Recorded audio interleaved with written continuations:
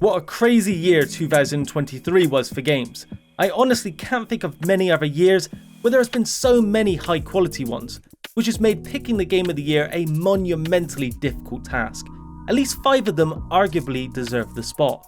Unfortunately, only one can be game of the year for 2023, so let's run down the top 10 and find out which it is.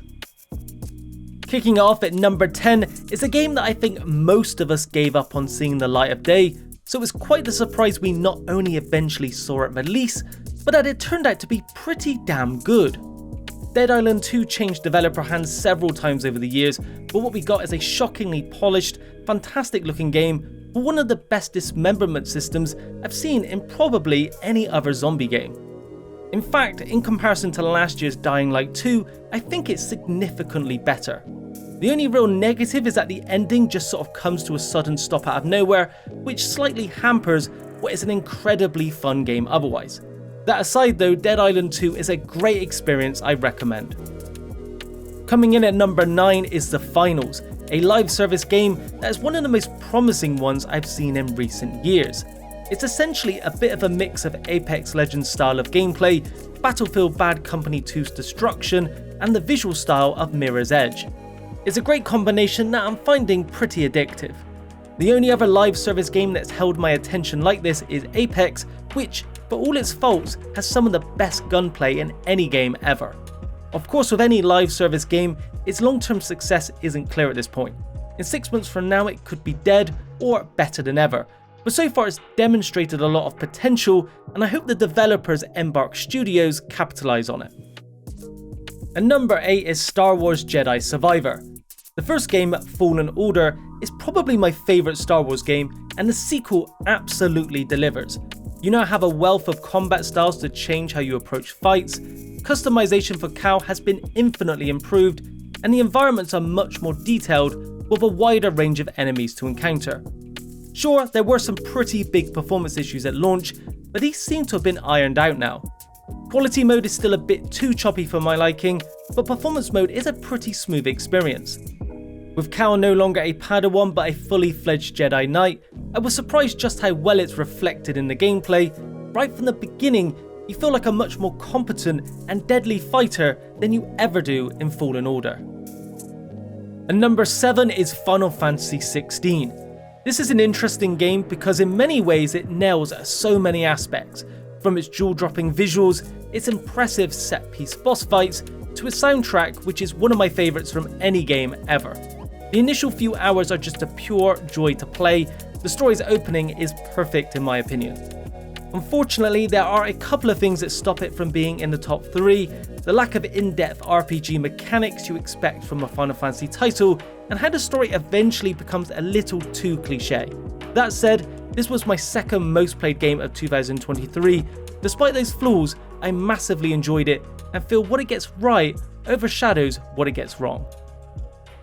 Moving on to number 6, we have the remake of Dead Space. I've only very briefly played the 2008 original, so for the most part this was a brand new experience for me, and oh boy, what an experience it was. Making your way through the USG Ishimura is a truly daunting experience at times. Motive Studio really took the original and did everything they could to make walking through its corridors harrowing. From the lighting to the sound design, they absolutely nailed it. While the story mostly remains the same at its core, giving Isaac a voice and rewriting the dialogue makes the story far more immersive. There are countless little gameplay changes that seem relatively small on the surface, but make for a more refined experience. After the disappointing third game in 2013, this remake has completely revitalized the series.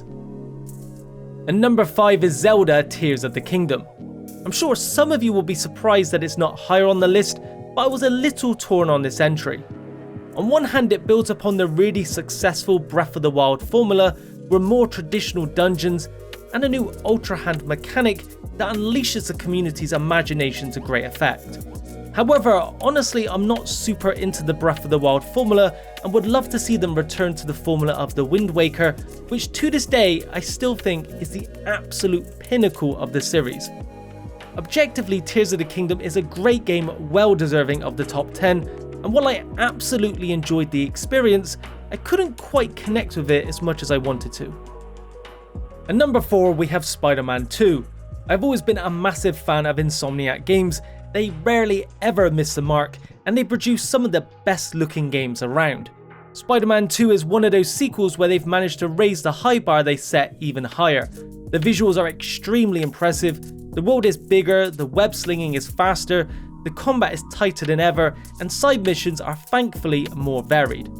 The web wings do slightly take away from the traditional web slinging, but that aside, this is without a doubt the best superhero game of all time and one of my favourite versions of both Kraven and Venom. Moving into the top 3 we have Resident Evil 4, a remake of the 2005 original. Much like Dead Space, I hadn't played a great deal of the original myself, so this was mostly a new experience. However, it didn't take long to realise why it's the most well known in the series. It perfectly captures what a Resident Evil game should be, equal parts survival horror and action shooter. Capcom rightly removed some of the over-the-top animations and altered some of the really cheesy lines that lends itself to a much more immersive and polished final result. Resident Evil 4 is a template for how a remake should be handled.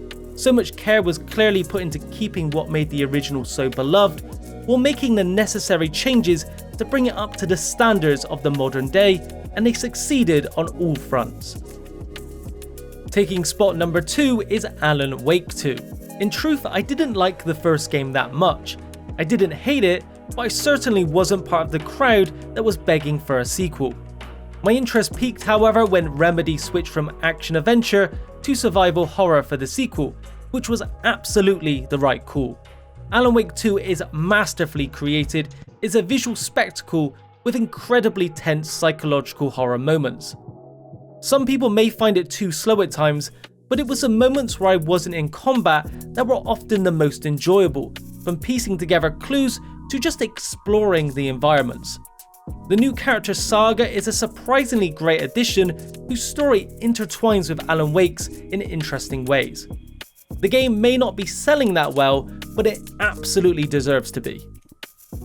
And you guessed it, the game of the year for 2023 goes to Baldur's Gate 3. It's not often a game does something to redefine a genre, and yet Baldur's Gate 3 has done just that for RPGs. Never has there been so many choices that have so many meaningful outcomes. It's almost overwhelming, but in the best way possible. The wealth of options is truly awe-inspiring, which is even more impressive considering the amount of lines that are voiced. Earlier this year I hadn't even really heard of it, nor did I know much about it at all. It absolutely was not on my radar of games to look out for. After playing it, I understand why it's held in such high regard. It completely captures the Dungeons & Dragons experience, and I think a lot of developers are going to be using it as a blueprint going forward. That's it for this video. If you enjoyed it, be sure to leave a like, subscribe and hit the bell icon for a notification each time I upload new content. Thanks for watching, and I'll speak to you in the next video.